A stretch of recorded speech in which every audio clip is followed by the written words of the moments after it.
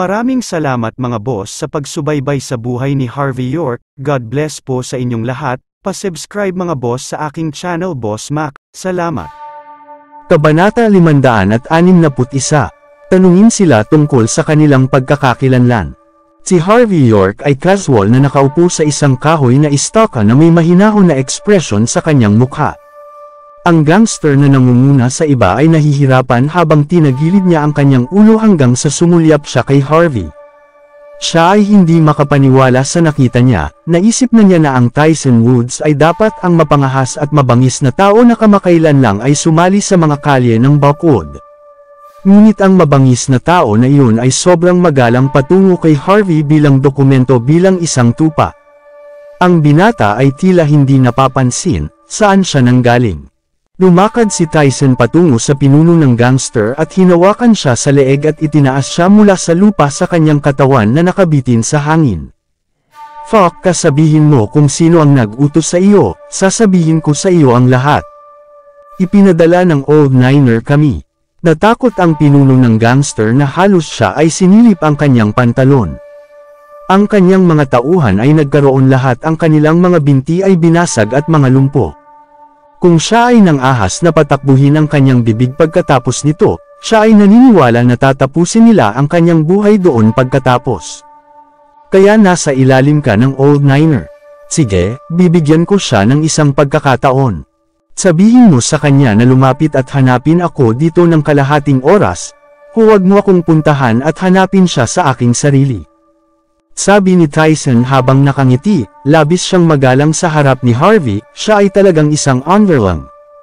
Ngunit sa mga mata ng pinuno ng gangster, ang kanyang ngiti ay ganoong nakakatakot at tunay na takot na nakakaintriga. Okay, tatawagan ko siya ngayon. Ang pinuno ng gangster ay halos hindi makontrol ang kanyang pantog, pagkatapos ay mabilis na gumawa ng isang tawag sa telepono. Kasabay nito, inilatag ng Old Niner ang kanyang ginagawang armas. Nagnenegosyo siya nang matanggap niya ang tawag, siya ay walang tiyaga at kinuha ang tawag sa telepono at malamig na sinabi, "Hindi mo ba alam kung ano ang ginagawa ko ngayon? Naayos na ba ang bagay? Huwag hayaang maghintay ang ating kliyente sa masyadong mahaba." "Boss, meron. May problema tayo." Sa kabilang panig ng telepono, ang gangster ay tunog tulad ng siya ay nagpapanik, hindi alam kung ano ang gagawin. "May nangyari." "Oo, boss. Halika mabilis. Lahat kami ay ginawang hostage dito, uubusin nila kami." Bago pa matapos ng gangster ang kanyang pangungusap, nakahang ang telepono. Agad na umatras ang Old Niner matapos makita ang sitwasyon, pagkatapos ay lumakad sa labas ng silid at gumawa ng isang tawag. "Kunin ang mga batang lalaki at sundan mo ako." Matapos ang kalahating oras, ilang mga van ang lumitaw sa site ng konstruksyon ng Silver Nimbus Mountain Resort. Nang makita niya na ang kanyang mga underlings ay nasa lupa lahat nakabulagta, ang mukha ng Old Niner ay nagpakita ng sukdulan na naiinis. "Tyson Woods, binigyan ko lang kayo ng kabuhayan dahil sa maharlika na sumusuporta sa iyo, ngayon ikaw ay maglakas loob na galawin ang aking mga kalalakihan."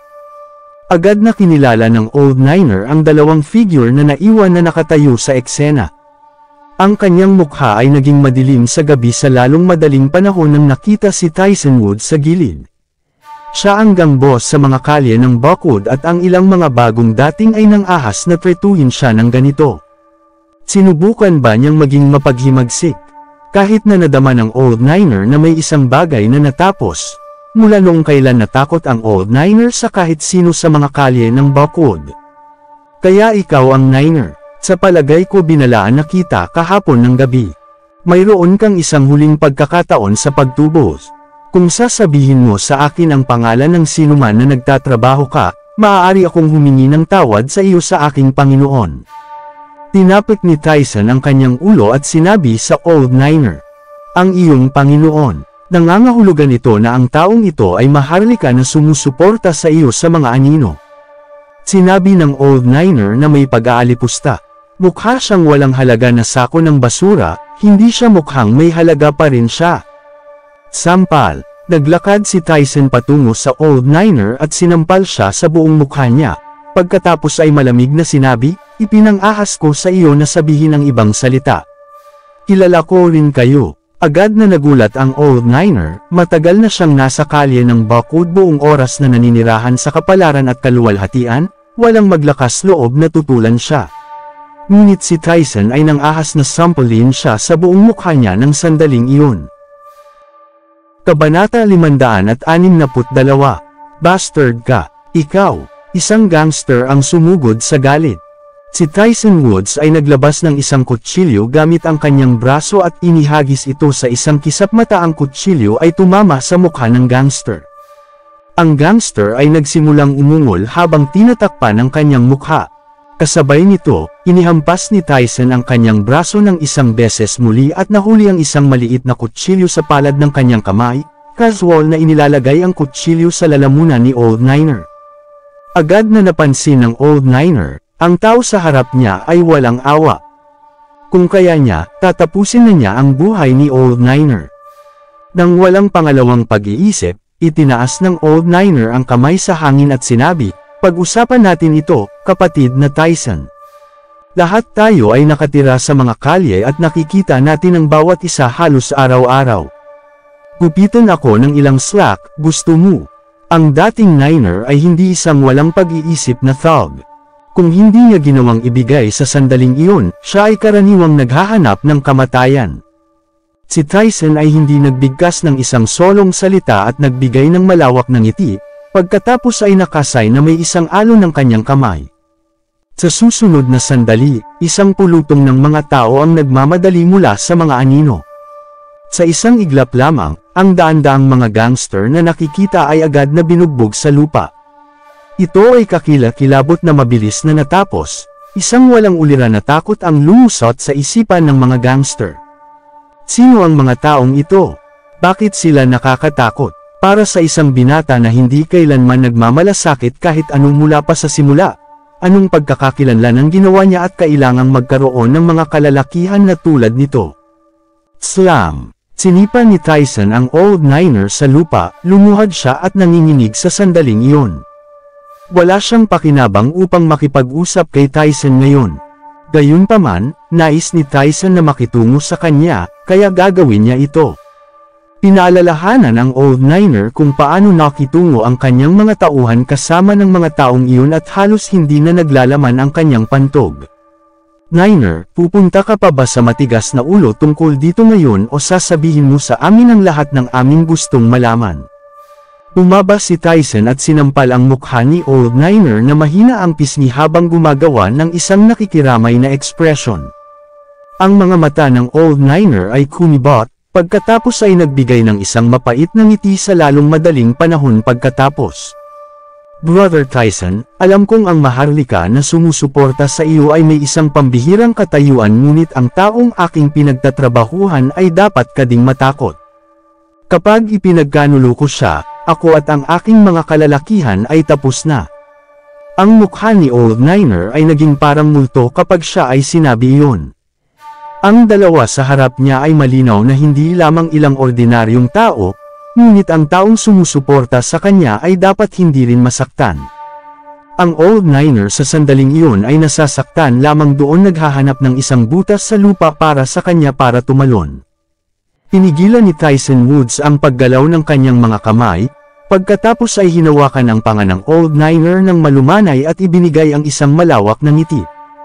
Ngunit, kung hindi mo sinabi sa akin kung ano ang nais kong malaman, ako ay magkaroon ng 100 iba't ibang mga paraan upang gawin ang iyong kapalaran ng mas malala kaysa sa kamatayan.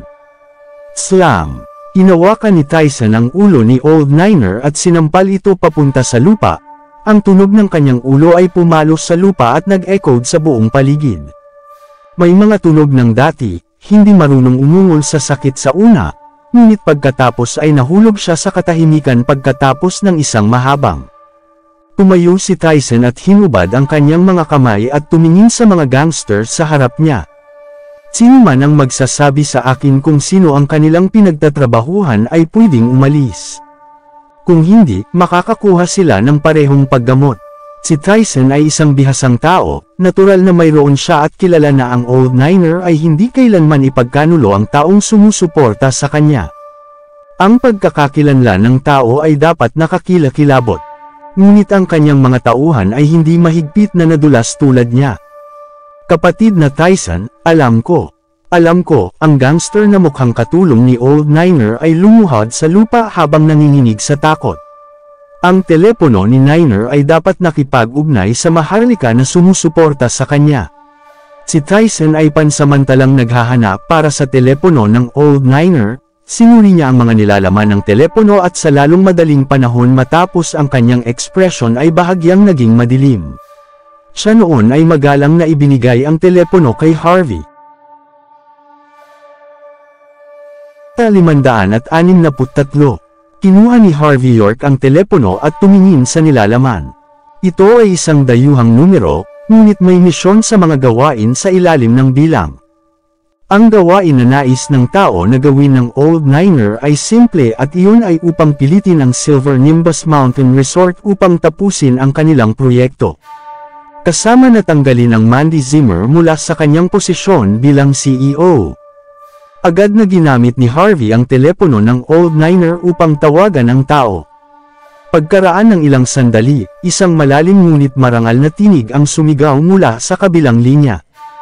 Old Niner, hindi ko ba sinabi sa iyo na huwag kang makipag-ugnay sa akin ng direkta? Ano ang ginagawa ng prinsipe? Kalmadong sinabi ni Harvey, ano sa palagay mo? Click. Agad na nag-hang up ang tao sa telepono. Sir York, ang tao. Hindi na kailangang tawagan ni Harvey ang tao at itinapon ang telepono sa lupa. Ang Silvas, tahimik na sinabi ni Harvey. Si Tyson Woods ay mausisa na tinanong, Sir York, kumusta sigurado ka? Dahil may dalawang tao lamang sa Buckwood na maglakas loob na tawagin ang kanilang sarili na prinsipe. Si Prinsipe York, at ang tinaguriang Prince Silva. Pinaling ni Tyson ang mukha niya at hindi na pinagod na buksan ang bibig niya. Hindi man lang siya manggahas na sabihin ang ibang salita. Lubos niyang naintindihan ang ibig sabihin ni Harvey.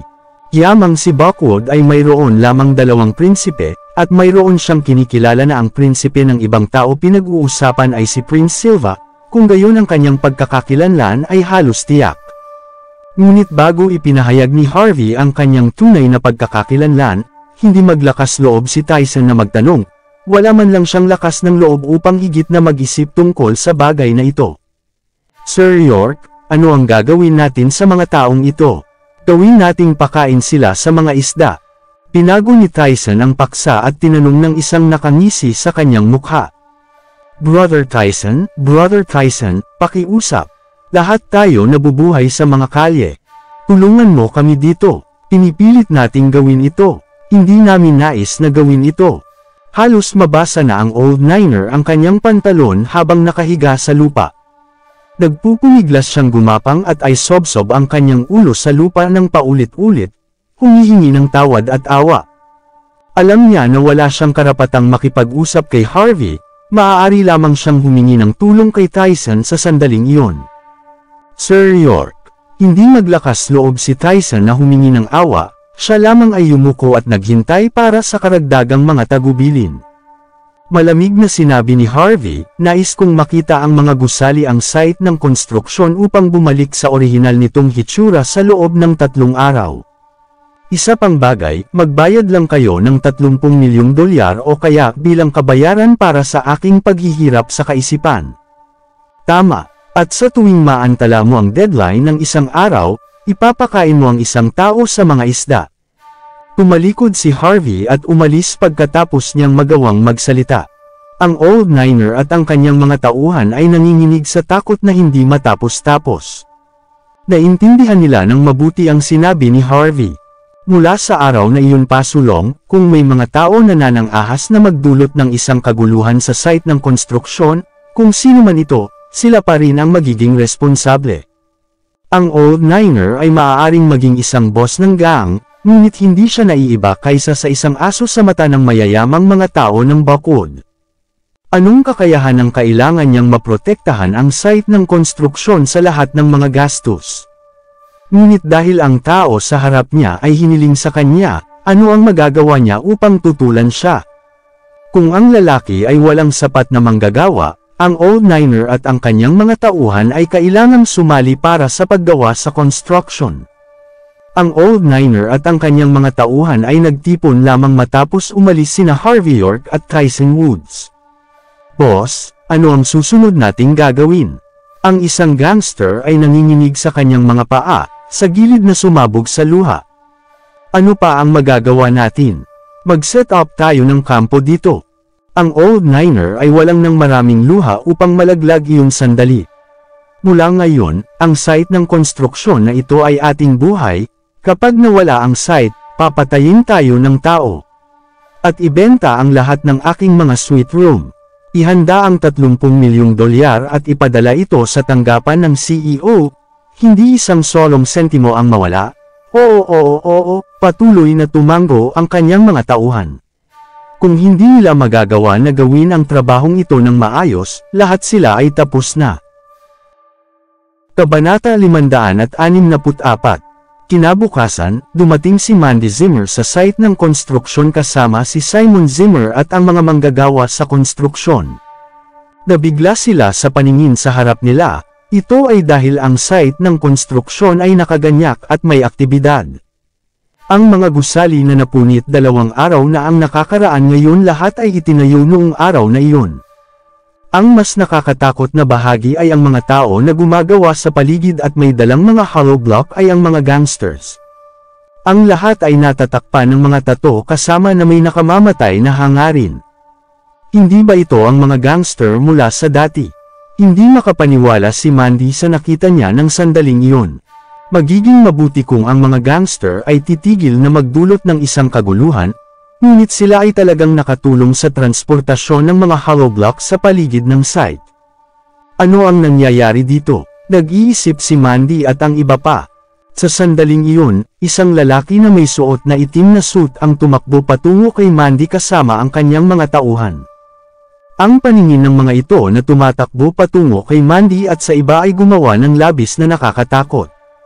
Nang malapit ng tawagan ni Mandy ang pulisya, si Old Niner na nangunguna sa mga kalalakihan ay tahimik na kumalas.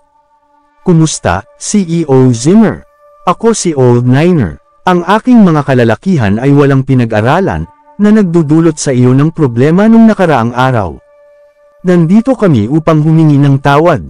Sinisi ko sila sa kanilang mga aksyon kahapon at hiniling sa kanila na muling itayo ang lahat na napunit pababa ng magdamag.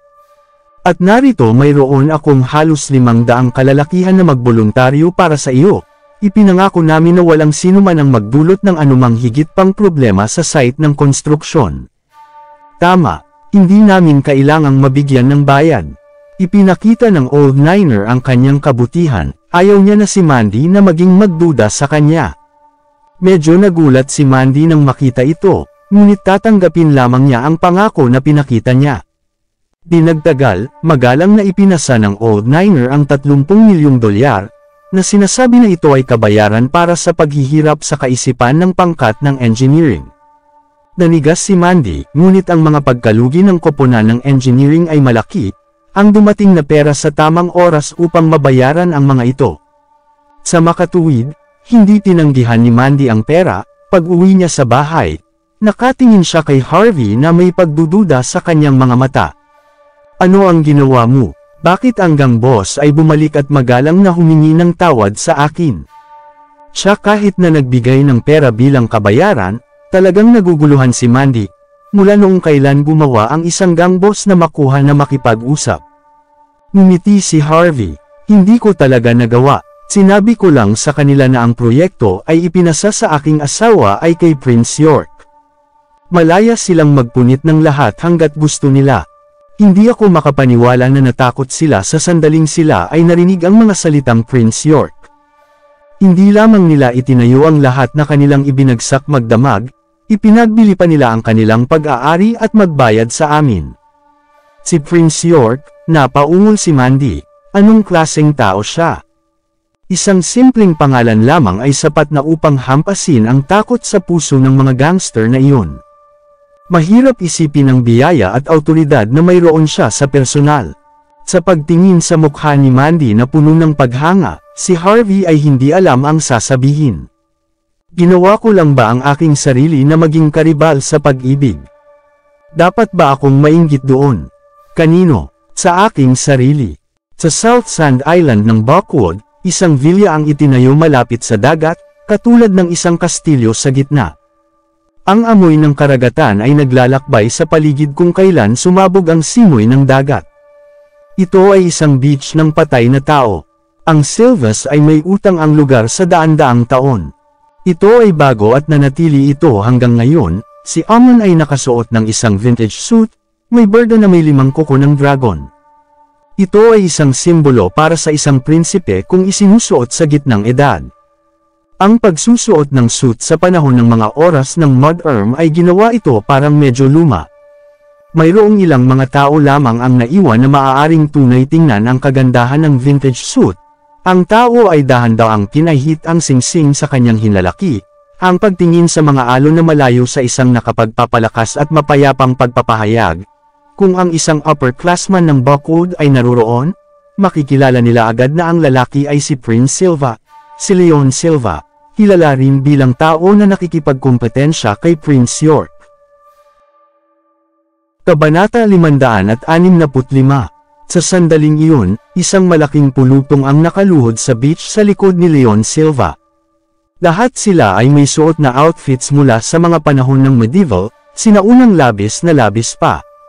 Sa panahong ito, mukhang kakaiba at misteryoso itong magkaroon ng isang eksena tulad ng maya-maya, sa alon ng kanyang kamay, isa sa mga tauhan ni Leon ay nagbigay sa kanya ng isang sinaunang yuko.